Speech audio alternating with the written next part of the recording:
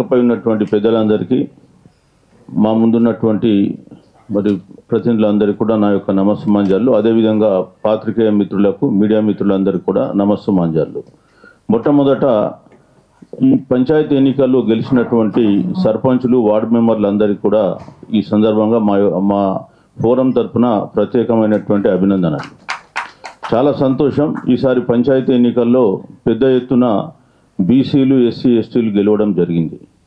గతంలో కంటే పోలిస్తే ఈసారి సుమారు 10% అధికంగా బీసీ, ఎస్సీ, ఎస్టీలు రావడం జరిగింది. మరి ఈ పరిణామం అంతా కూడా గత 2 సంవత్సరాలుగా రాష్ట్రంలో నడుస్తున్నటువంటి బీసీ ఉద్యమం ప్రభావం అని చెప్పేసి చెప్పక తప్పదు. ముఖ్యంగా రాష్ట్ర ప్రభుత్వము 42% రిజర్వేషన్ అమలు చేస్తామని చెప్పింది. ఒకవైపు ఏమో కామారెడ్డి డిక్లరేషన్లో అధికారంలోకి వచ్చిన 6 నెలల లోపటిని చట్టబద్ధంగా 42% ఇస్తామని చెప్పి చెల్లని జీవోలు ఇచ్చి పార్లమెంట్లో కనీసం ఈ ఇష్యూను కూడా ప్రస్తావన రాకుండా చేసినారు. ప్రజలను మభ్యపెట్టడానికి తెలంగాణలో అసెంబ్లీలో 2 బిల్లులు పెట్టి కేంద్రానికి పంపించేసి చేతులు దులుపుకున్నారు. అక్కడేదో మేము జంతర్ మంతర్ దగ్గర ధర్నా చేసినామన్నారు. ఆ తర్వాత దాని గురించి పట్టించుకోలేదు.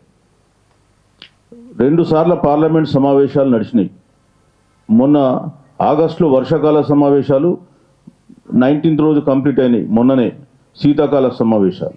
ఈ 2 సమావేశాలు సుమారు 40 రోజులు 45 రోజులు సమావేశాలు నడిస్తే ఒక 5 నిమిషాలు కూడా బీసీ రిజర్వేషన్ బిల్లు గురించి వాళ్ళ అగ్రనాయకుడు దేశవ్యాప్తంగా తిరుగుకుంటా 50% రిజర్వేషన్ సీలింగ్ బద్దలు కొడతా అని చెప్పేసి ఎలక్టోరల్ రోల్స్ మీద గత అసెంబ్లీ సెషన్లు వర్షాకాల సమావేశాల్లో 20 రోజులు పార్లమెంట్ను బైకాట్ చేయించిన పెద్ద మనిషి బీసీ రిజర్వేషన్లకు వస్తే ఒక్క మాట కూడా మాట్లాడలే.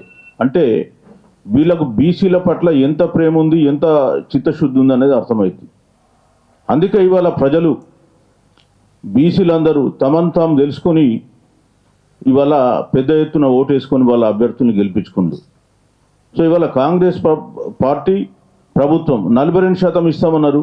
పోనీ మేము పార్టీ పరంగా ఇస్తామన్నారు. ఎక్కడిచ్చి నువ్వు లిస్టు చెప్పారా? మేము అడిగినాం, మీరు ఏ గ్రామంలో ఎవరిని మీరు బలపరుస్తున్నారు? 42% బీసీలు ఇవ్వరని చెప్పలేరే. మీరు ఒకవైపు 42% చట్టబద్ధంగా ఇవ్వడం చేత కాదు, 42% పోనీ పార్టీ పరంగా ఇస్తామన్నది కూడా అబద్ధం. కాబట్టి బీసీలను మోసం చేయడానికి మీరు అందరు కూడా ఇక్కడ కంకణం కట్టుకొని మీరు ముందుకు పోతుండ్రు. సో ముఖ్యంగా మీరు సామాజిక న్యాయానికి మారుపేరు ఇవన్నీ చెప్పుకునేటి అన్నీ కూడా బట్టి శుద్ధ అబద్ధం అని చెప్పేసి ఈ సందర్భంగా చెప్పక తప్పదు. జస్ట్ ఒక స్టాటిస్టిక్స్ మనం ఒక 2 నిమిషాలు మీకు నేను చెప్తాను. తెలంగాణలో ఇప్పుడు ఎన్నికలు జరిగినటువంటి 12,760 గ్రామ పంచాయతీలు, అందులో ఏజెన్సీ ఏరియాలో ఉన్నటువంటి గ్రామ పంచాయతీలు మనం తీసేసుకుంటే మనకు 2,537 గ్రామ పంచాయతీలు ఏజెన్సీ ఏరియాలో ఉన్నాయి. వాటిని తీస్తే మిగిలినటువంటి గ్రామ పంచాయతీలు 10,223. సో ఏజెన్సీ ఏరియాలో ఎట్లాగో ఏజెన్సీ వాళ్ళే సర్పంచులుగా ఉంటారు కాబట్టి దాన్ని మనం పక్కన పెడితే నాన్ ఏజెన్సీ ఏరియాలో మనకు ఉన్నటువంటి సర్పంచులు మొత్తం 10,223. ఇందులో ఎస్సీలకు రిజర్వ్ అయినాయి 2,090, 20.45% రిజర్వ్ అయింది. అలా పాపులేషన్ కూడా అంతే ఉంది. ఎస్టీలకు మళ్ళీ ప్లేన్ ఏరియాలో ఎస్టీలకు 714 అంటే సుమారు 6.98 అంటే 7% రిజర్వ్ అయింది. బీసీలకు వచ్చింది 2,186 అంటే 21.38. అట్లనే జనరల్లో 5,233 అంటే సుమారు ఒక 51% వాళ్ళకు వచ్చింది, అంటే జనరల్ సీట్లు వచ్చినాయి.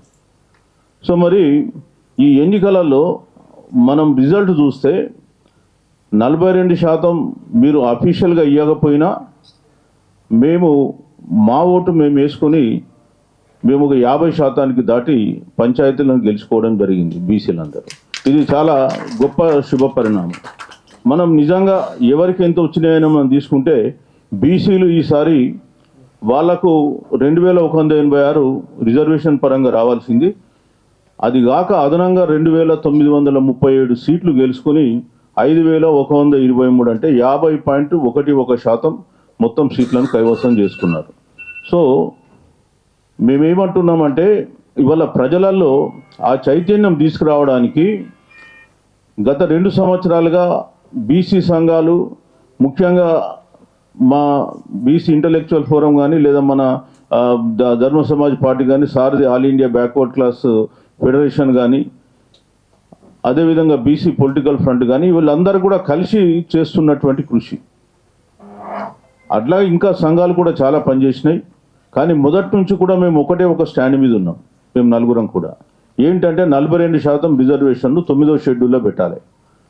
కొంతమంది ఏమో జీవో ఇస్తే చాలని చెప్పి ప్రభుత్వానికి బత్తాసు పలికి జీవో ఇచ్చిన తర్వాత పూలాభిషేకాలు పాలాభిషేకాలు చేసి మళ్ళీ ఇప్పుడు ఆ జీవో ద్వారా రాదని తెలుసుకొని మళ్ళీ రాజ్యాంగ సవరణ అనేటువంటి రాగం ఎత్తుకోవడం జరిగింది. సో మీరు ఏం చేసినా రాజ్యాంగ సవరణ జరిగితేనే 9th షెడ్యూల్ కూడా వస్తుంది. సో మేము మొదటి నుంచి అదే దానిపైన కట్టుబడి ఉన్నాం. మా పోరాటం కూడా అదే దానిపైన కొనసాగుతుంది. మీరు గ్రామ పంచాయతీ ఎన్నికలు పెట్టినంత మాత్రాన ఈ పోరాటం ఆగుతుంది అనుకోవడం పొరపాటు. 100% మేము మళ్ళీ రాబోయే కాలంలో ఈ ఉద్యమాన్ని కూడా మళ్ళీంత ఉధృతం చేస్తాం.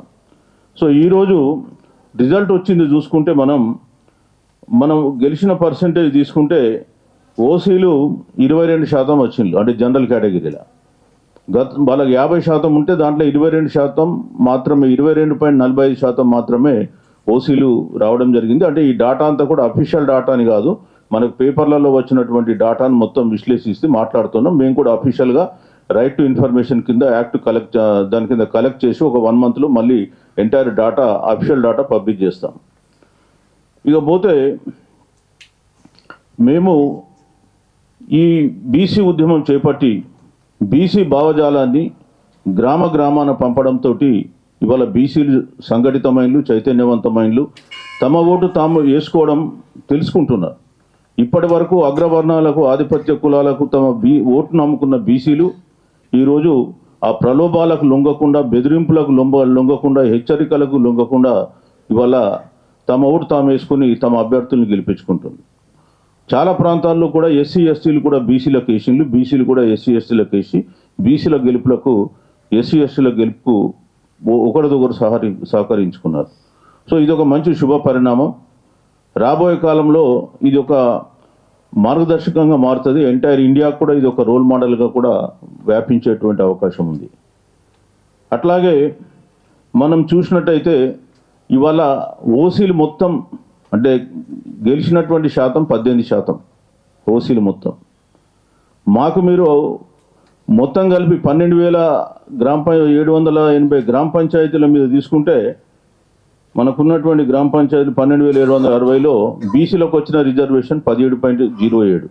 నాన్ ఏజెన్సీ ఏరియాలో తీసుకుంటే మనకు దాదాపు 23% వరకు, 21.38% వచ్చింది. కానీ మొత్తంగా తీసుకుంటే బీసీలకు వచ్చిన రిజర్వేషన్ 17%. మీరు మాకు 17% మీరు ఇస్తే మేము కూడా మీకు 17% ఇచ్చినామన్న విషయం ఓసీలకు తెలియజేస్తున్నాయి. ఈ సందర్భంగా మీకు వచ్చింది 18, అంటే మీకు కూడా సేమ్ పర్సెంటేజ్ ఇచ్చిండ్రు. అందుకే బీసీలు ఇవాళ మీరు మమ్మల్ని ఎట్లా దొక్కాలని చూస్తే మీకు కూడా అదే పరిస్థితి వస్తుందని చెప్పి చెప్తున్నాం. మేమేంతో మాకంత వాటా అనేది వాళ్ళ నిజం దీని ద్వారా కాబోతుంది. తెలంగాణలో మహా అంటే 11-12% మించి ఓసీలు లేరు. అట్లా అంతే శాతం మీకు రిజర్వేషన్ లేకుండానే మీకు ఆ సీట్లు వచ్చేలాగా ఇవాళ ఎస్సీ ఎస్టీ బీసీలు అందరూ కూడా కలిసి పోరాడుతున్నారు అన్నటువంటి విషయం మీరు గుర్తుపెట్టుకోవాలని చెప్తున్నాం. ఇవాళ తెలంగాణలో జరిగినటువంటి పరిణామం ఏదో తాత్కాలికమైంది కాదు, ఇది దీర్ఘకాలిక రాజకీయ పోరాటానికి ఒక నాంది పలుకుతుంది. సో రేపు రాబోయే కాలంలో ఏ ఎన్నికలు జరిగినా బీసీ ఎస్సీ ఎస్టీలు ఒకరిదొకరు సహకరించుకొని ఖచ్చితంగా వాళ్ళ జనాభా దామాషా ప్రకారం సీట్లు వాళ్ళు తెచ్చుకోగలుగుతారు, తెచ్చుకుంటారు కూడా. అయితే మేము ఇక్కడ కోరేది ఏంటంటే రేపు రాబోయే ఎన్నికలు ఎంపీటీసీ, జడ్పీటీసీ, మున్సిపాలిటీలలో మీరు 42% ఇచ్చినాకనే ఎన్నికలకు బొమ్మని చెప్తున్నాం. మీరు ఇప్పటిదాకా మేము పంచాయతీ ఎన్నికల్లో కూడా 42% అఫీషియల్గా అమలు పరుస్తాం లేదా పార్టీ పరంగా అమలు పరుస్తామని చెప్పి మోసం చేసుకుని పోయిండ్రు. కానీ ఇప్పుడు జరగబోయే ఎన్నికలు ఏంటంటే పార్టీ గుర్తుల మీద జరిగే ఎన్నికలు. సో ఇవాళ మీరు ఖచ్చితంగా 42% రిజర్వేషన్ చట్టపరంగా అమలైనాక పోవాలని చెప్పి చెప్తున్నాం. ఈ ఎన్నికలలో మనకు జరిగినటువంటి పరిణామం ఏంటంటే కాంగ్రెస్ పార్టీ వల్ల మేము 66% గెలుచుకున్నామని చెప్పి రేవంత్ రెడ్డి గారు చెప్తున్నారు. బట్ ఈనాడులో రిపోర్ట్ అయినటువంటి ఫిగర్స్ ప్రకారం చూస్తే 18th రోజు అది 56% మాత్రమే. సాధారణంగా ఏ రాజకీయ పార్టీ అయినా అధికారంలో ఉన్నప్పుడు ఆ పార్టీకి కొంత లోకల్ బాడీ ఎలక్షన్స్ అనుకూలంగా వస్తాయి. గతంలో కూడా బీఆర్ఎస్కు కూడా 60% వచ్చినట్టు వాళ్ళు క్లెయిమ్ చేసుకున్నారు. ఇక పోతే ఇక్కడ బీఆర్ఎస్ని చూస్తే వాళ్ళకు వచ్చింది 28%కు మించి రాలే ఈ ఎన్నికలలో, 27.44. ఎందుకంటే మొత్తం సీట్ల మీద తీసుకుంటే మీరు 39 అసెంబ్లీ సీట్లు గెలిచిన వాళ్ళు, రాష్ట్రంలో ప్రధాన ప్రతిపక్షమైన మీకు ఇవాళ గ్రామ పంచాయతీ ఎన్నికల్లో ప్రజలు ఎట్లా తీర్పు చెప్పిందో మీరు అర్థం చేసుకోవాలి. ఒక విధంగా చెప్పాలంటే మీరు గ్రామాలలో ఆల్మోస్ట్ ఆల్ చాలా వెనుకబడ్డారు. మెల్లమెల్లగా మీ ప్రభావం తగ్గిపోతుంది. మీరు అధికారంలో ఉన్నప్పుడు కూడా మీరు బీసీల పైన యాంటీ బీసీ యాటిట్యూడ్ ఏదైతే మీరు అవలంబించిందో ఆ విధానాన్ని ఇప్పటి వరకు కూడా ప్రజలు మరవలేరని చెప్పేసి చెప్పక తప్పదు. ఇక బీజేపీకి వస్తే 8 పార్లమెంటు సీట్లు గెలిచిన వాళ్ళు 688 గ్రామ పంచాయతీలు గెలుచుకున్నారు ఓవరాల్గా. అంటే ప్రజలు బీజేపీ పైన ఎంత ఆగ్రహంతో ఉన్నారు, ఎట్లాంటి తీర్పు ఇచ్చిందని మనం చూడవచ్చు. మనం నిజంగా చెప్పాలంటే ఏదో కర్ర కాల్చి వాత పెడతారంటారు చూడు, అట్లా జరిగింది ఇప్పుడు పరిస్థితి. 8 సీట్లు పార్లమెంట్ సీట్లు తెచ్చుకొని రేపు రాబోయే కాలంలో ఇక మేమే రాజ్యాధికారం స్థాపిస్తామని చెప్పిన వాళ్ళు పత్తా లేకుండా అడ్రస్ లేకుండా పోయింది. మీకంటే ఎక్కువ ఇండిపెండెంట్ గెలిచింది 11.79.